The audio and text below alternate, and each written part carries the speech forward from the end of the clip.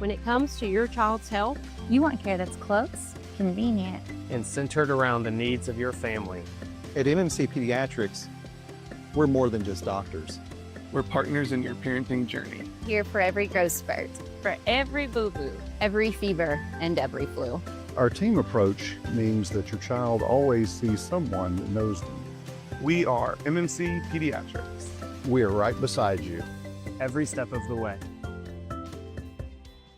We're the Good Neighbor Network, FM 101.9 and AM 1450 Murfreesboro, FM 100.5 Smyrna, audio and video streaming at WGNSradio.com. This is the Roundtable, Tennessee Association of Broadcasters Award winner for Best Local Talk Show. A look at the news, views, politics, sports, and people shaping Rutherford County. Good morning, everybody. Welcome to your Tuesday morning edition of the Roundtable Show with Rick and Wayne. And good morning, Wayne. How are you, buddy? Good morning, brother. Doing very well. In the throes of summer, I guess we are. So Did you recover from the fourth, though? That's the question. It was pretty mild. So hot. Teresa and I just cooked some hot dogs, and she made my favorite chili, and we watched Top Gun Maverick again. It's one of those movies that you just feel good with the ending. The other one is The Martian with Matt Damon. Oh yeah. I mean, those are just two movies that you watch, and even if you just catch it in the middle and watch the end, you go away feeling enthused or feeling good. So, but we did the boat. Maybe Friday, and so, man, it's hot. It is hot. I'm ready for a change. Yeah, well, I can't believe I'm saying this because I hate cold weather. Well, I want the water to stay warm for a little while. I want to stay on the boat. So, but I'm glad you're back from when you went on your trip and you didn't get flooded out. So that was. Well, you got flooded out, but I did get. You flooded didn't out. get hurt. I got done there in time. We moved it, so we're good. Yeah, I listened to your show. Y'all sounded great, man. I don't like you having Kyle. Y'all sound too good together, man. You can replace me pretty quickly. Well, no, I cheated. I brought a ringer. I replaced one professional with another professional. So James and I go back, with school board and everything over 20 years. So my comfort level was way up there, just almost like you were being here, but I'd much rather have you here. Yeah. Well, let's talk about our guests because we got a lot to talk about. This is going to be an awesome show. What a pleasure this morning and an honor to have the new CEO of StoneCrest Hospital in Smyrna, and it's a big deal for me because I was born at Goodall Clinic in Smyrna before we actually had a hospital back 70 plus years ago. So Mr. Ryan Lemaster is with us this morning, and welcome, sir. And we're just thrilled to have you. Thank you so much. It's an honor to be here, and I think I feel like we're old friends, just getting to know each other in the few minutes before the show here. So getting to know you. Well, you and Rick have horses in common, so y'all just back, man. We got this. Oh yeah, I'm taking Rick up on that. Well, I'm about to say y'all be riding here pretty soon. Well, if he's ever out of town, we could have a cowboy. Podcast. I'm fine with it. Let's do it. Share belt buckles. Maybe tell our audience a little bit about where you grew up, and maybe anything you want to share about family and your education and professional journey. Just kind of whatever you'd like to share with our audience. Yeah, absolutely. So I was born in California, so don't hold that against me. I'm a fifth generation Californian, but moved to Colorado my freshman year of high school. So I really claim that as home, and we had been in Colorado, up until 2018. From that point, so freshman year of high school all the way through 2018, all my children were born there. Been married to my wife Emily for 22 years this month. And July 31st, we have three beautiful kids. Wow. And as a testament to the wonderful people of Tennessee, my son, who has now lived in a number of places, who's going into his freshman year of college, he chose the University of Tennessee as. Oh yeah, he's starting off. Yeah, right. he wants to wear the power tee. I know you've got your blue on, but. But I have a lot of orange in me as well. Yeah. So anyway, that's a testament to the wonderful people here in Tennessee. So we've been here the last year and a half. For the last year and a half, I've been the COO of Centennial Medical Center downtown. Wow. For HCA, Okay. Yeah. But I've been with HCA for the last 20 years. Actually, in August will be 20 years, and I absolutely love what we stand for as a company. And when I started looking, as those kids do, or like, hey, what do I do for after high school? I really started to think about after high school and after college, even college, doing my undergrad. It's like, man, I don't know what I want to do. And I started to look around and I said, what's important to a community? And I started to think about if you were going to build your own town, what do you start to build, right? You build a home, you build a school, you build a church, you build, a police station, fire department, and you build a hospital. And I love how central the hospital becomes in all of our lives. And then when I started to say, okay, well, I want to be in a hospital, and what do I want to do in a hospital? And I look up to my dad so much, and he's a businessman, and I said, hospitals need to run. I'm not necessarily gifted in the medical side of things, but you don't realize the little city that a hospital is on a daily basis. That's exactly. Feeding it, cleaning it, and. So I joined HCA, and what drew me to HCA was our mission statement that above all else, we're committed to the care and improvement of human life. And I think that's a beautiful thing. And when I think about healthcare, there's a scripture in the Bible that talks about that the poor will always be among us. And whether that's poor in spirit, poor in body, poor in health, and poor in means, that taking care of the poor is really an important thing. And so we have the privilege every day at StoneCrest and across the country. HCA has over 190 hospitals across the country, but at StoneCrest Medical Center, that we have the opportunity every day. It's a privilege to take care of Rutherford County. And I think there's nothing more holy that we can do in this life than taking care of the sick. And so it's a privilege to be able to do that. HCA, TriStar, just Yes. one and the same. It is, yeah. Locally, a lot of our places. So I've been around the country now. I started my career in Denver. In Denver, our hospitals for a long time were branded as what's called Health One. I moved after Denver. I spent 3 years in Utah. They're branded as Mountain Star. And then in Miami, which started a transition. Actually, I spent three and a half years in Miami. But in Miami, they're branded as HCA. So locally here, TriStar. TriStar is our local brand, but across the country, HCA is really, and founded back in the '60s by the Frists, and just a wonderful family, and their vision for healthcare and what a hospital can be, and the important place that it plays in a community, in the lives of our patients, our physicians, and the economic engine that it is as well. I mean, we have 800 people employed at StoneCrest, and that's an important place to be. We need to be a healthy institute for those people as well. And when I think about the care and improvement of human life, I think about my physicians, I think about the patients, and I think about the employees, to make sure that it's a really fulfilling place to work. No doubt. StoneCrest is in a really convenient location. I mean, the traffic is still heavy around that area, but I mean, you can, from Sam Ridley, from Rock Springs Road, and from Cedar Grove. I mean, you got several entranceways. Yeah, it's we've been here a year and a half, and one thing I've told a lot of people is we live just at Nolensville and Concord, kind of in that area, yeah, and it's Brentwood, but my closest hospital is actually StoneCrest from my house. And so if you start to look at geographically, man, what hospital should I go to? Man, you can draw from a lot of different places, and we serve a lot of different people from many communities. And so, but to your point, sometimes we use that 840 divide as this mythical line in Rutherford County, but man, I'll tell you what, there's one street light between, you get off that highway and it's one right turn into the hospital. And so super convenient to get to. And the Frists back in 2003 had an amazing vision to say, hey, let's put a hospital at this corner.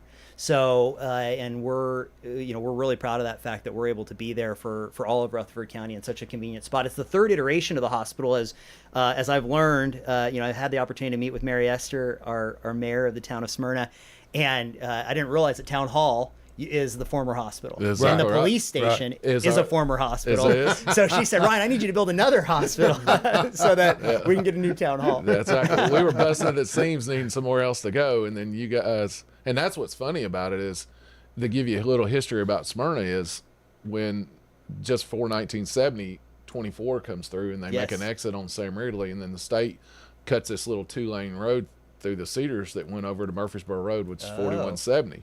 There was nothing out there. Texaco said, hey, we're going to put a gas station out there, and said, well, that's crazy. You're going to get robbed all the time. You're right across. We're way off in Smyrna. That all that was nothing but cedar trees. Wow. And they said, well, we're going to put a gas station out there.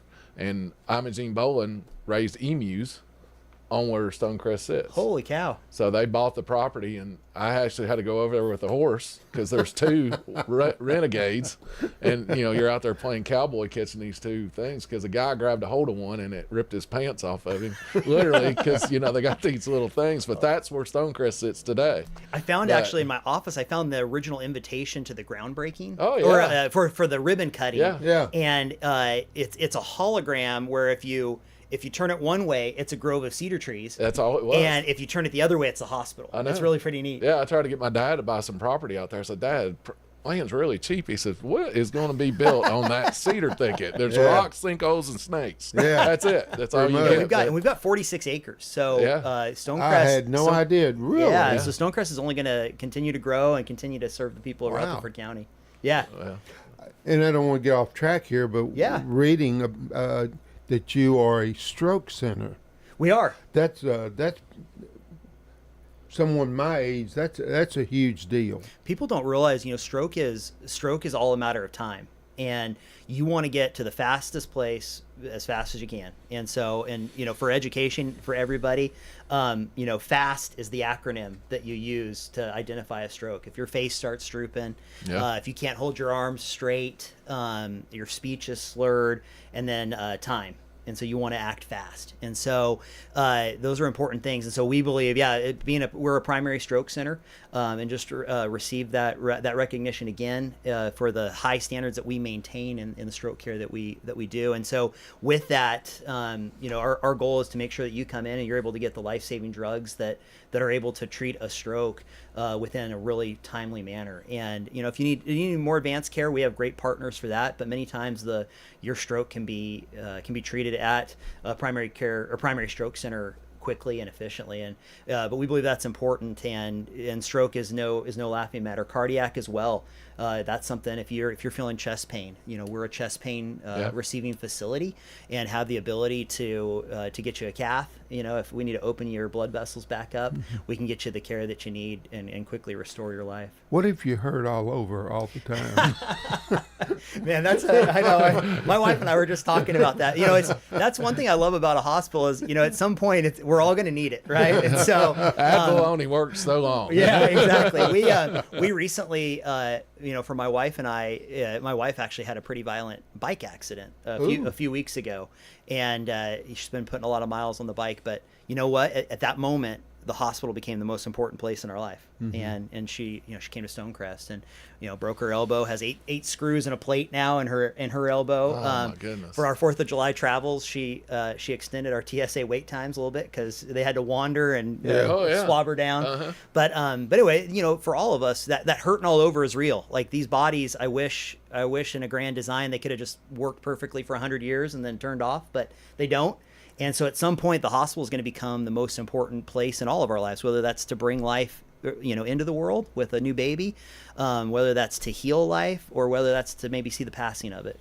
The former commissioner said one time that if he'd known he was going to live this long, he would have taken better care of himself. Oh yeah, it's true, and that's an important part of our work is educating people on those things. What does that look like to hopefully have a happy and healthy life? Sometimes you can't outrun genetics, though. And you can't outrun tragedy sometimes, right? Those bike accidents, those car accidents.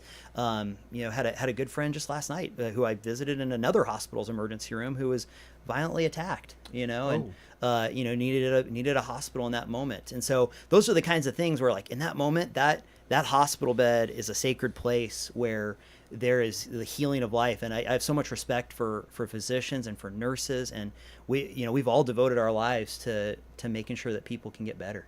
I agree. Oh, and you brought up a good point when you said you were trying to decide what you want to do with your life. You looked at the facets of what takes care of a city, and we didn't realize it, but we needed a StoneCrest years ago, and we needed a police department. We thank you for where you went, because we have it now. But and we need a new one. So if y'all want to do an addition, I don't know if there's 46 acres out there in Smyrna, exactly. Not anymore. Yeah. But we catered ourselves towards the aged community. You know, there's 7, if you count Laverne in there, there's 7 senior centers that, you know, so, and we run about 9,000 calls a month for Rutherford County EMS as far as their numbers go. So again, like Wayne was saying, your location where you are and y'all's constant commitment with growing, it seems like you're always having some kind of construction project going on out there, and you're growing, but you're growing with the town that helps. Yeah, we're excited. We're actually going to be cutting the ribbons tomorrow on some new operating rooms. So we have the ability to, if there are physicians out there that want to come work at an amazing hospital, we're going to have additional operating rooms to be able to take care of more of Rutherford County. So we're super excited for that. And a big piece of that too, in terms of that growth, is making sure that people understand careers in healthcare. That's right. And I don't know how much time we have in this segment or maybe a future segment, but talking to young people about what careers look like. I'm sure you as an officer did a lot of career days and things like that. When you were a public servant for a long time, and I appreciate that so much. And I think people need to understand that this life's about giving to other people. Yeah. And I think if we can all help each other out, that's really where a lot of fulfillment comes from. I think nowadays a lot of kids, and I say kids, I have 3 wonderful children, but it's hard, right, in this world we live in, when you can make money by making a funny video, or maybe making money by doing different things like that. And that's not we need to be entertained. But man, there's so much more out there to helping and to adding and to contributing to our communities. And so I really hope young people can catch a vision for what service looks like and what it means to give back to others. AI is just affecting every aspect of life. As far as the hospital environment, what are the biggest AI things coming into that environment presently? Absolutely.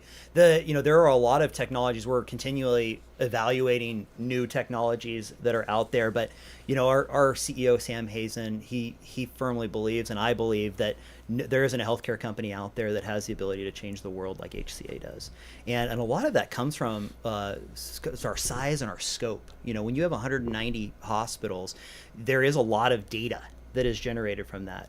We take privacy very seriously, obviously, and so we're not tying that back to individuals or things like that, but using that data to change people's lives is really what's powerful. A really good example of this was probably about 10 years ago. We started using sepsis is a huge killer of many people. People don't realize that.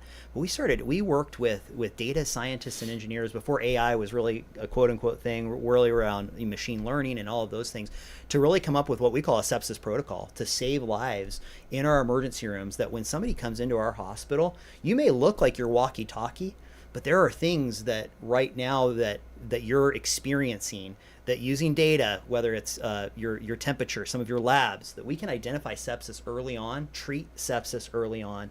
And through that protocol and through that use of data and machine learning and AI, we've been able to save thousands and thousands of lives through early intervention. So there's I could go, that might be a whole show in and of itself. And there's people in our company that are a lot smarter than me and in that realm, but it's changing the way I work.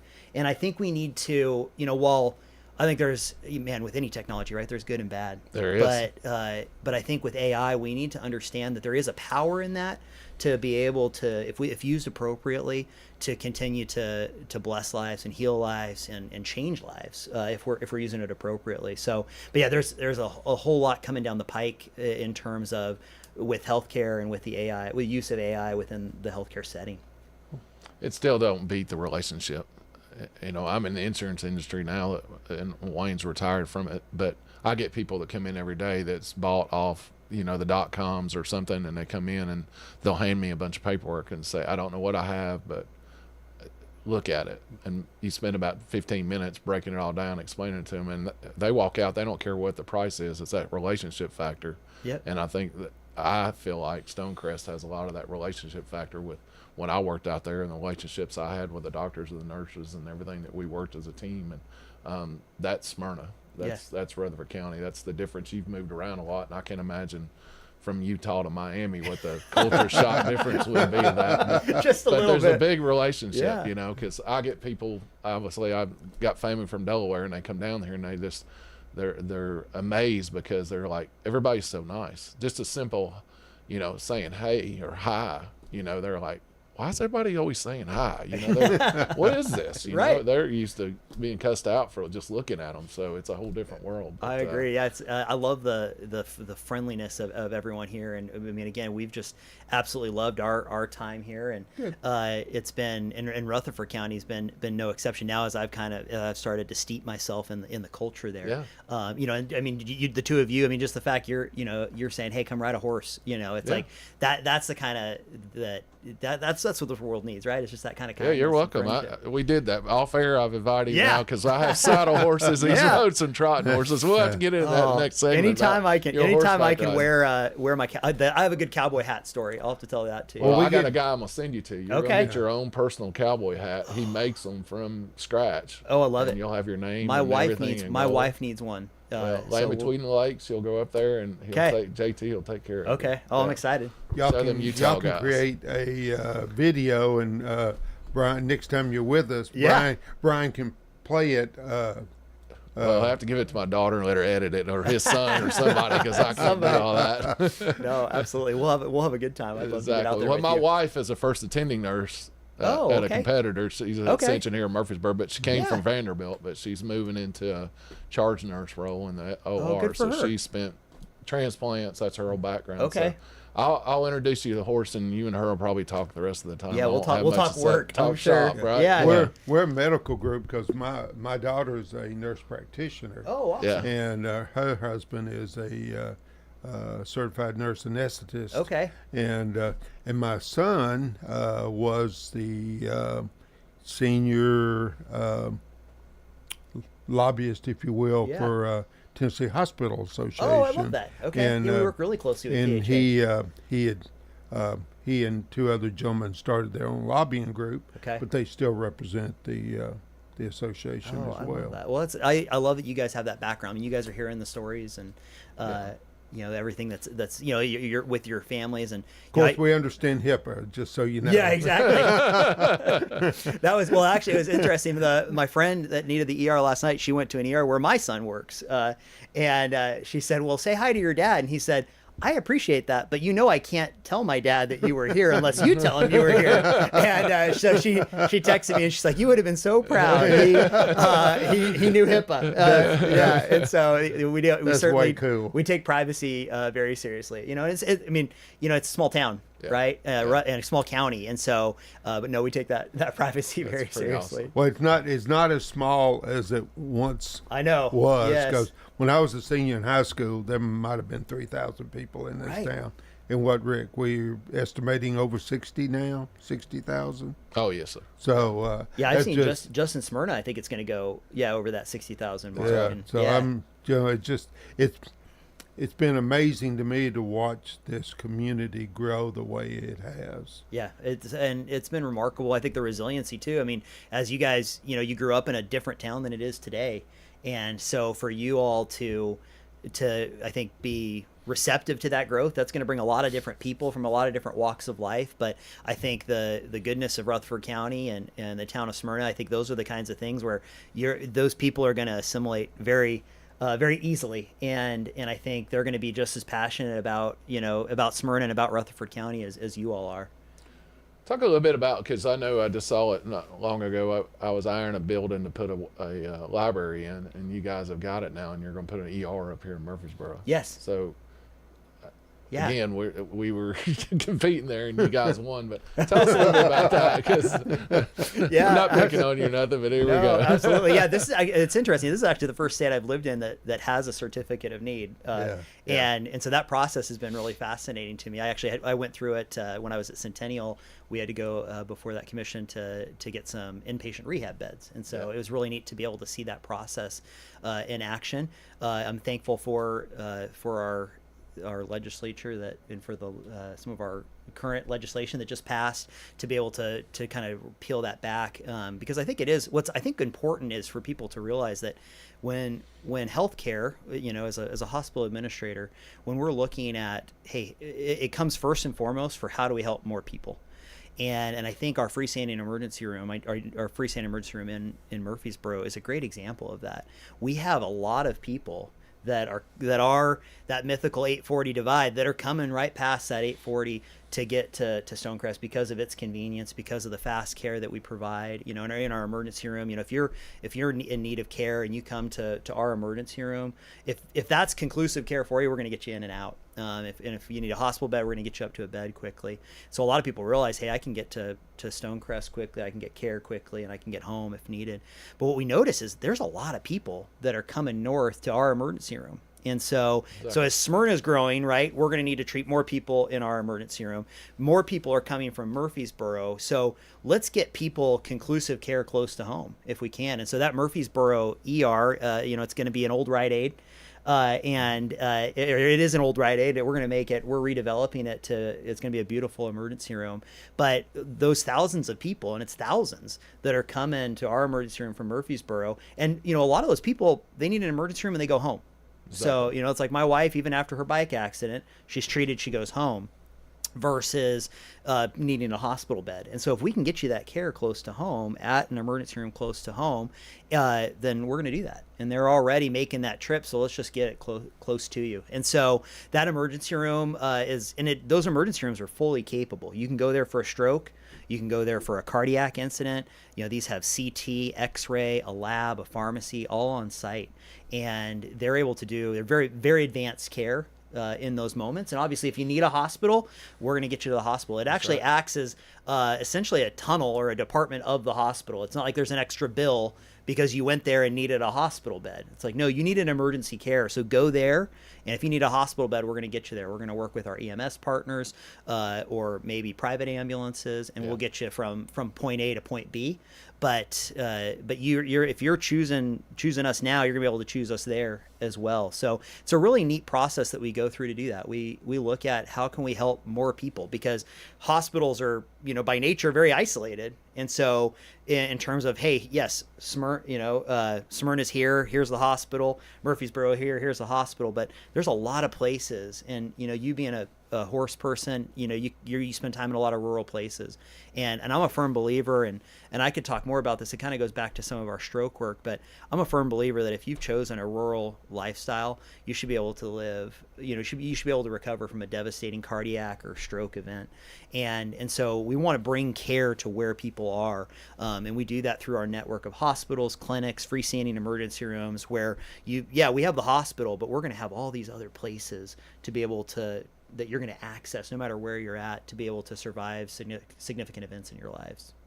Yeah, and I could be wrong. I'm not in the industry. I feel like that's the future, though, because those little pop-up places that we can get people in and out quicker, because I had to utilize one with my daughter, and we were in and out in about 45 minutes. And I knew if I had stopped at StoneCrest that you're going to be there an hour, because of the number of people, and obviously you're going to tend to the more sicker people quicker than the minor, and so we were able to use one, and I thought how quickly and how efficient we were in and out of there, and it just worked great for us. Yeah, but, we try to have that same efficiency no matter where you're at. But again, it's just about what's closest to you. Yeah. So, but that efficiency is important to us no matter where the care is received, for sure. Agreed.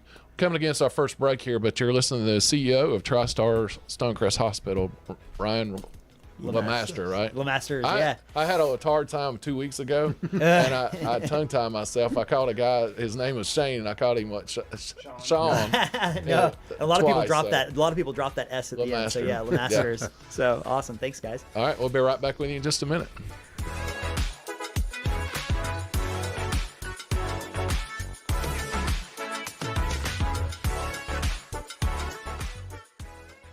When it comes to your child's health, You want care that's close, convenient, and centered around the needs of your family.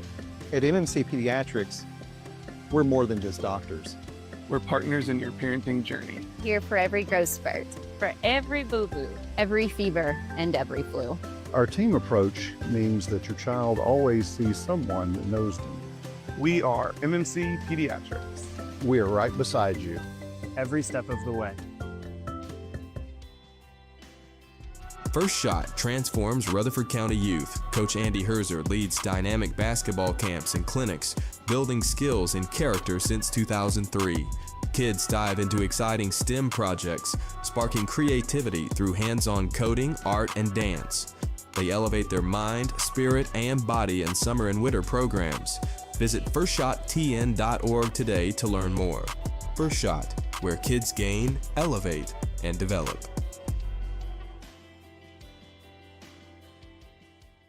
School's out Murfreesboro, but learning doesn't stop at Learning Zone. All summer, kids grow with hands-on fun that keeps young minds sharp.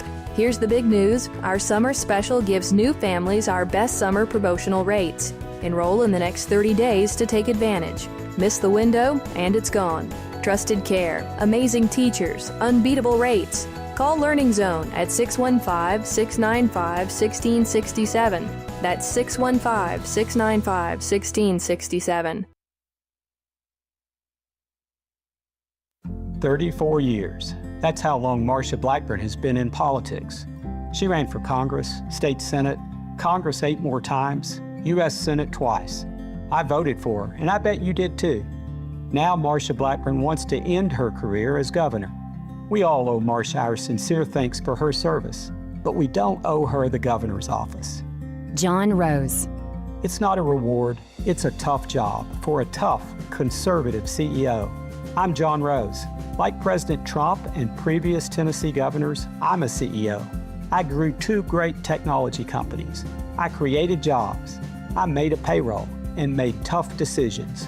To run our state, we need someone who's run a business, not just someone who's run for office. I'm John Rose, and I'm applying to do the job.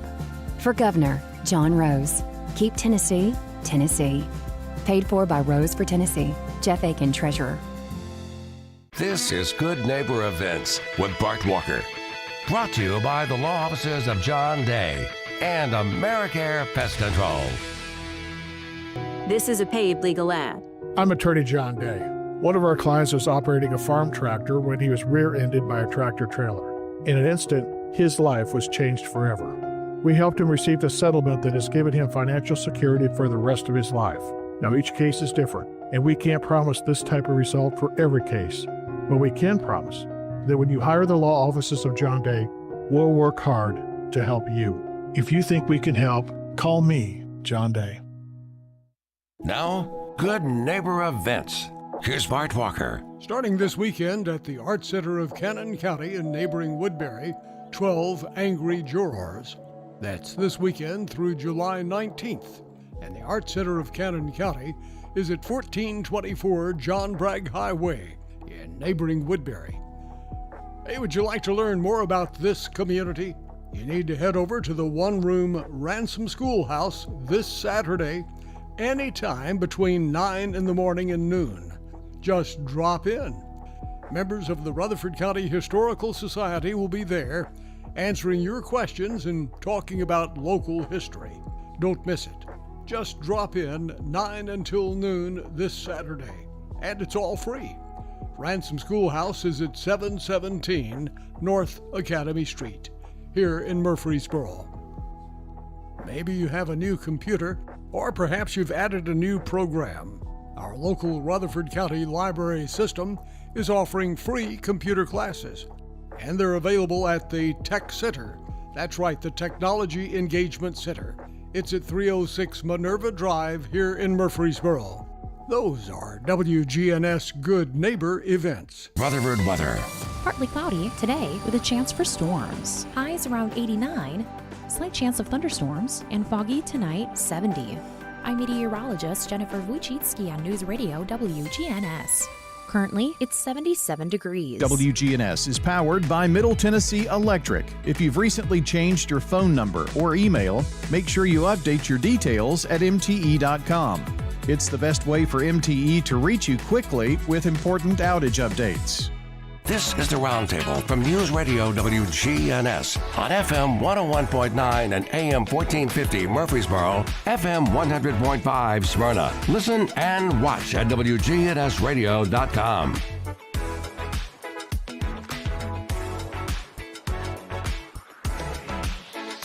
And welcome back to the second segment of Tuesday Mornings with Rick and Wayne. And we're having a great time with the new CEO of StoneCrest Hospital. I don't know how new. Remind me, maybe I was asleep at the wheel, but, but remind me how new you are. It's been 90 days. Okay. So, yeah. So I was, it was, I think, Lou, the previous CEO, he was there for 12 years. Yeah. So, and is a good friend. And, but yeah, it was January 6th, actually. When I saw StoneCrest pop up, and I gave Lou a call and said, "Hey, what's going on?" And so he said, "Well, I'm retiring." And so I called my now boss and said, "Hey, I'd love to explore that with you." And so it's a great opportunity for us. Sometimes as a COO in our company, you're as we continue to grow, and obviously with all those hospitals. There's lots of opportunities to be geographically flexible. And so, but obviously we loved our time here in Tennessee. So to be able to, it feels like you can kind of put some roots down now being the CEO of the hospital, where it's like, okay, like we're here, versus maybe being the COO and like, okay, well, what's next as you're continuing to grow. We do a fantastic job in HCA. We talked a little bit about this in the last segment about career development. Mm-hmm. And, people, I would tell anybody to look at a career in healthcare, because you can, just in sitting here, right? We've got like 5 different professions between loved ones and myself in that healthcare spectrum. But, I would tell anyone, if there is a parent out there or a high schooler listening to this, and you're thinking about what do I do with my life, to look at healthcare, because you can do so many things. Yesterday, my younger son, who's going to be a junior in high school, he took my wife to her appointment to get her stitches out, and for her first therapy appointment, and he texted me and he said, "Dad, I didn't know what an occupational therapist was. Can I come shadow an occupational therapist?" Oh wow! And that's it might be somebody might hear about an occupational therapist for the very first time, but when he heard that and saw what they were doing and the work they were doing, and as that person advocated for their profession, he found it fascinating as he watched the process of her new cast being made. As he's into 3D printing, and he started thinking about like, well, wow, that looks like a lot what I do on a 3D printer, and people don't realize there is, whether it's 3D printing, if you're into electronics or robotics, we have 3 robots at our hospital that our physicians use in the operating room. That's right. And so if you're into robotics, right, you could be the person that's creating those robotics, repairing those robotics. A career in biomedical engineering is something that's so incredibly important. It's such a complex, as we're sitting here with Brian, your engineer, right? Like he's got a skill set in what he's doing with his board that none of us have. And you need that, right? We all need these different parts of a hospital to keep it running, from those who are making the food, delivering the food, to repairing equipment, to providing the care at the bedside. So it's pretty neat to be able to see all those different professions come together.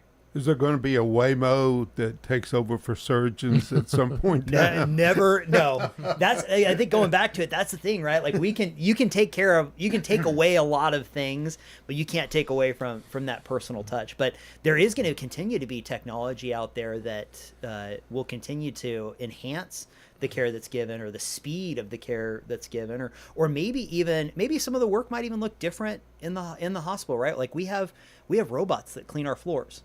And that's not to take away somebody's job, but if there is a person taking care of our floor care, you know what? Let me give you another skill set. Something that HCA does incredibly well is we are always looking at workforce development. And so what you don't realize is HCA is the nation's largest provider of graduate medical education. So when somebody leaves medical school and they need a residency program to go, because people don't necessarily realize, like, you go to 4 years of medical school, but then you have another 4 to 7 years of training and residency.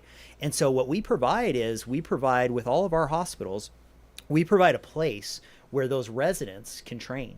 And so we have residency programs across the nation, and where these physicians and they're now physicians when they graduate medical school. That's when they get their white coats. They come and they work at our hospitals as residents for those next 4 to 7 years. And so HCA got way out ahead of that, said, hey, we've got a physician shortage. Let's train the next generation. We've also done that with our nursing schools. We partnered and purchased the Galen College of Nursing a number of years ago. And so we now have a nursing school where we are training and teaching the next generation of nurses. And so if I have somebody in my hospital, again, my son's a good example right now. He's a patient care tech at an emergency room, but there's an opportunity, right? If he's like, hey, what's next in my career? I want to be a nurse. Well, great. Hey, guess what? HCA has a nursing school called Galen. And we support a lot of our employees to no cost of their own to be able to go and become a nurse. And where's that at? The Galen College of Nursing here in Nashville. Okay. So, Wow. and we have locations all across the nation. And then what those nurses do is they do their classroom training there, and then they use our hospitals as their labs. Yeah, it's funny you say that. Several months ago, we had Kevin Ferry does Amada Senior Care, but he brought Debbie Lee on. She's at MTSU and part of their nursing program. They're teaching over there.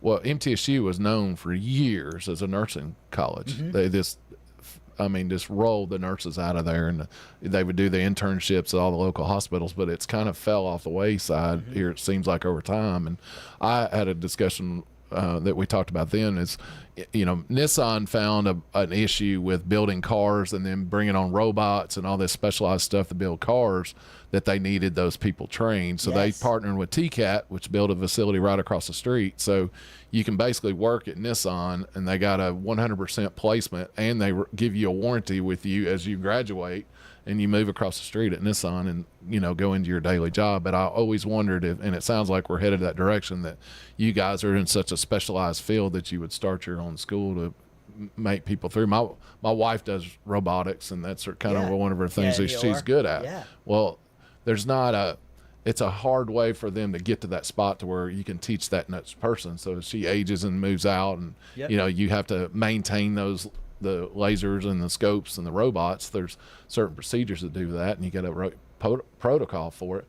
That not everybody's doing that, and there's not really a school at MTSU you can go to learn that. So you need something like that to do it. So that's fascinating. Your wife's a great example too of, I think you just said she's moving to a charge nurse role, Mm-hmm. and there within healthcare there are those career tracks too. It's that's like right. you start out as a bedside nurse and you get that learning, but man, we need charge nurses, we need managers, we need directors. And so, if being a leader is something that somebody feels drawn to, there's opportunities for that in meaningful ways. Lou was a great guy, but go a little bit into the awards and recognitions that you've gotten now since you've been there 90 days and what. Well, that's StoneCrest is seen. Yeah, that's not any credit. That's not. Oh, you did it all. Yeah, Right? I texted Lou. I texted Lou when we got a lot of those awards, because that's a huge credit to. It's a credit to the people, really, because all of the awards that we may receive, they go back to the people and the care that's happening at the bedside. And so people don't realize we were recently just ranked one of the top 100 hospitals in the nation. That's right. And so something we're really proud about. There's a gala in October to award that, where they've invited the leadership teams of those 100 hospitals to come and do that. But people need to understand that it is important to shop for healthcare, because not all healthcare is the same. And I think when you look at, hey, where do I want to receive my care, it's important to take a look at those things. CMS does a great job where they give star ratings to facilities. And so, we're the only 4-star CMS-rated facility in the county. What is that acronym? CMS, I'm sorry, for Centers for Medicare and Medicaid. Yeah, and so, okay. And so if you go online and you look up for Hospital Compare, you can find those star ratings. And, a lot of people will use Google. And Google is an important source as well. And you're going to find some of the kind of the good and the bad, right? And people might have some great experiences and some bad experiences at any and all hospitals. But when you start to get down to, hey, am I going to leave the hospital healthier, happier, better than I came in? That's really where, Centers for Medicare and Medicaid, they have a vested interest in that, because, as the nation's largest payer of healthcare, they want to make sure that the care that's happening is at a high level. And so we hold that 4-star rating, very, very sacred there. There's another one, an independent group called Leapfrog. The Leapfrog group, they grade hospitals on a whole criteria of data that we just give them. Every hospital, if they want to be compared, they share their information with Leapfrog Group, and Leapfrog Group analyzes that data and then grades hospitals from A to F. And there are F hospitals out there, but we're so proud because now many years in a row we are an A facility, and so we've been able to receive that A+ award from them because we've had that straight A score for so long. So whether it's that top 100, that 4-star rating, that A rating from Leapfrog. Those are things that we hold that as, very, again, I use that phrase a lot, but a sacred trust where it's like, man, and an honor to be able to be like, hey, we're being honored in that way, and we need to continue to try to achieve that. And our company, a lot of people talk about healthcare and maybe the business of healthcare, but when it comes down to it, safety, patient care, patient quality, the quality of the healthcare that we're providing at the bedside, that is paramount to everything that we do. When we're sitting down as a senior team of the hospital, I have a great team around me. We're looking at a very balanced scorecard that includes our people, it includes our financial health, it includes our quality. But if one of those indicators anywhere has fallen off, we're digging into those things deeply. And so that quality agenda for us is something that we take very seriously to make sure that the care that we're providing is at its highest level. Those grading criteria, people don't realize this. So there's something out there called hospital acquired conditions, or HACs. And those are something that are important to understand, and that's something that we measure. And that's what like Leapfrog and CMS, they're looking at, hey, what are your infection rates and what are your fall rates and all of those things. And as they look at each of those indicators, they're then publishing those scorecards. But the sad reality of healthcare, and we're trying to drive that out of healthcare, I have a vision for a hospital that has 0 hospital acquired conditions, and that's, I think, possible. It's not a reality in healthcare right now, but I believe with the right people, the right processes, the right technology, that we can get there. But those hospital acquired conditions are something that we take very serious, because when you come into a hospital, you expect to leave better than when you came. But the sad reality is sometimes a patient might not listen, and they might get out of bed when we told them not to, and they might have a fall. But we need to be able to put the processes in place to keep people safe, and we're doing that every day. And I think the results are showing with those awards that we've been able to receive. With COVID, us living through that kind of changed healthcare as a whole, did it not? Because with my wife and having several friends in the medical industry, there was a thing all of a sudden it became traveling nurses and contract nurses that would leave good jobs within hospitals to go make lucrative contracts short term in areas that were higher populated that needed that resource there for a while. And then slowly but surely that's kind of going away by the wayside now. So how do you make investments locally to make sure, like you said, you got over 800 employees, to make sure that they don't go chase this apple on this tree over here and this tree over there? Because it's hard to keep that rating, and that's part of it, is great employees and longevity of those employees. So how do you work through that? Thank you. I think going back to the start of the question there, COVID was, sometimes I don't think people realize, if you worked in a hospital, how traumatic that was. Yeah. I'm sure your wife was going through it. I do get emotional thinking about it, because I had some really hard days myself, and it was a hard time for all of us, right? We were isolated from each other. This kind of stuff, right? Being in the same room together, this is what recharges our batteries. But that was a really hard time for us. We felt the loss of a lot of great people from the industry as well. A lot of people who were later in their careers just said, hey, I'm out. I had an aunt, respiratory therapist, who was kind of at the end of her career, and that's when you need people, right? You need those seasoned people to be teaching the next generation. But we lost a whole generation of nurses and techs and therapists that were just like, this is a tough environment. I'm going to call it, and I don't blame them for it whatsoever, because it was a hard time. But we lost that, and so I think when I look at this, what we have now, this generation of healthcare workers that we have, we still need those people. And if there are people out there right now, listening, who left during COVID, I would tell you right now, you still have something to offer the healthcare environment. And I want you at StoneCrest, come and be with us and help this younger generation learn the skills that took you, half a lifetime to acquire, because there's still a lot of value in that. You have a lot to offer. But for that fulfilling environment, and I know, I think we're coming up against another break, but we do a lot of fantastic stuff at the hospital to be able to make sure that culture wins first and foremost. I believe that culture is strategy. I have a lot of people, even just in my 90 days there, that have left and come back. Because maybe they were looking at, maybe they could go make $1 or $2 more somewhere else, but then they realize like they've got good friends, they've got a community, culture. yeah, and those things. So culture is a big thing. We take our culture very seriously. We measure it twice a year. We do our employee engagement survey. I read every comment that comes back, and it's thousands of comments from people, and some of those things we're able to act on really quick. Some are going to take some work, but I take very seriously the voice of our employees, to be able to hear that voice and make sure that the work environment that they have is an incredibly fulfilling environment, that they come to work every day. We all have to work, so that when they do come to work and they spend that 8 or 12 hours with us, that they leave feeling fulfilled in the work that they're doing. It's amazing. Yeah. You're listening to Ryan Lemasters. He's the CEO of TriStar Medical Center in Smyrna, and we're going to take our second break. Be right back with you in just a minute.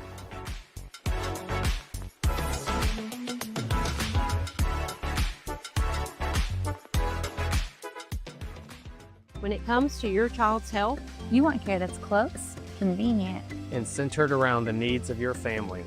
At MMC Pediatrics, we're more than just doctors. We're partners in your parenting journey. Here for every growth spurt, for every boo-boo, every fever, and every flu. Our team approach means that your child always sees someone that knows them. We are MMC Pediatrics. We are right beside you every step of the way.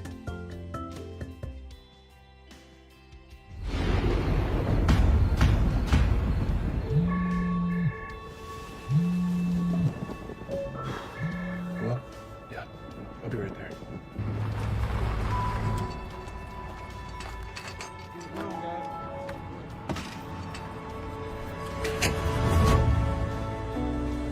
It takes all of us to power a community, both in plain sight and behind the scenes. Middle Tennessee Electric, bringing good energy. What's the location of your emergency? I think my kid OD'd. Hi, I'm Craig Harris. I'm County Commissioner of Rutherford County. One of the reasons I ran for office is because I wanted to bring awareness to the opioid epidemic that's impacting our county. To stop providing this epidemic with people as we educate. We have a lot to do, and we have to come together as a community because this problem's not going away.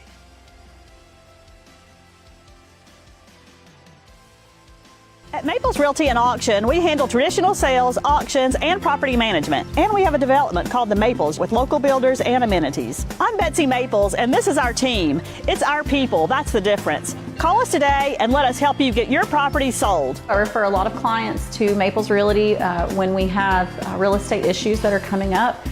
Working with Maples has been easy for me, easy for my clients. Put our 57 years of success to work for you. Sold!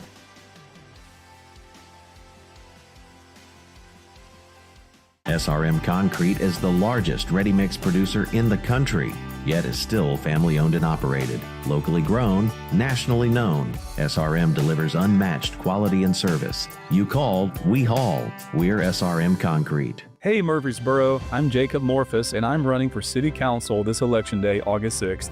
I love our city, and I know that you do too. That's why I am humbly asking for your vote. It's not just about the next 4 years for me, but I will labor over decisions that impact our city with a long-term future in mind. I'm a longtime resident and MTSU alum, and I am proud to call Murfreesboro home. Let's work together to ensure our home improves year after year. God bless. Paid for by Jacob Morphus for Murfreesboro City Council. Jacob Morphus, Treasurer. This is the Roundtable from News Radio WGNS on FM 101.9 and AM 1450 Murfreesboro, FM 100.5 Smyrna. Listen and watch at WGNSradio.com. And welcome back to the third and final segment of Tuesday Mornings with Rick and Wayne. And we've just had a blast this morning with the new StoneCrest CEO, Ryan Lemaster. And sir, you have an amazing personality, and your gift of communication is excellent. And thank you. we've had a blast this morning with you. Why don't you talk about the impact with the hospital on the community and the relationships that are out there? Yeah, I mean, as we talked a little bit about earlier, just in terms of, what a hospital means to a community. And we talked a little bit about stroke. I really see our role as being advocates for healthcare and advocates for people to know how to get care, where to access it, taking care and being stewards of our own health as well. But we take our community partnerships really seriously, and that might go for something as simple as sponsoring a foursome at a golf tournament, which I love to do. I'm down with yeah, that. Exactly. So if I ever need a fourth, I've got Rick's number now. I'm an F player, by the way. So so that's and sometimes it can be as simple as that, and sometimes there's, and a lot of times there's really meaningful stuff that we're able to do as well. I was really touched by the generosity of our hospital the other day, because we go to our hospital, we go to our employees a lot of times, we say, hey, there's a need, we need help. Right now we're collecting book bags for some of our employees that may be in, find themselves in challenging situations, and we're going to send their children to school with book bags full of things purchased by other employees. We just recently had Kids Safety Day, which I didn't realize the history behind Kids Safety Day down in Smyrna, but Kids Safety Day came by way of a child that had a bike accident and wasn't wearing a helmet. Mm-hmm. And that's a really that's a tragic event, right? I think about the loss of a child, and it breaks my heart. And if we can prevent that, that's important. So for Kids Safety Day, we as a hospital purchased hundreds and hundreds and hundreds of bike helmets, where they came to Kids Safety Day, and every child that wanted to, or every parent that wanted that for their child, they left with a bike helmet. And then what we also did is we also bought over 100 bicycles through the generosity of our employees.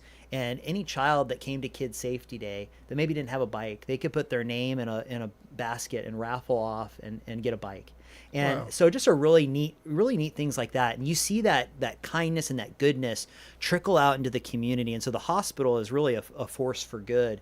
I put a hospital and a church, kind of right next to each other in terms of the work that they're able to do out into the community as it trickles out, and people then form those relationships, right? As we have each other's cell phone numbers, and you're in a challenging health situation, I find nothing more rewarding than connecting people with care and helping them navigate that care, because it sometimes can be really complex, and it's unfortunate that it is complex, but we're blessed in the United States of America for all the challenges of healthcare. We have really great healthcare, and we have access to healthcare, and StoneCrest is a great example of that for the people of Rutherford County, that we're here for you, and we're gonna, wherever you're at, whether that's a community event or in need of an emergency situation,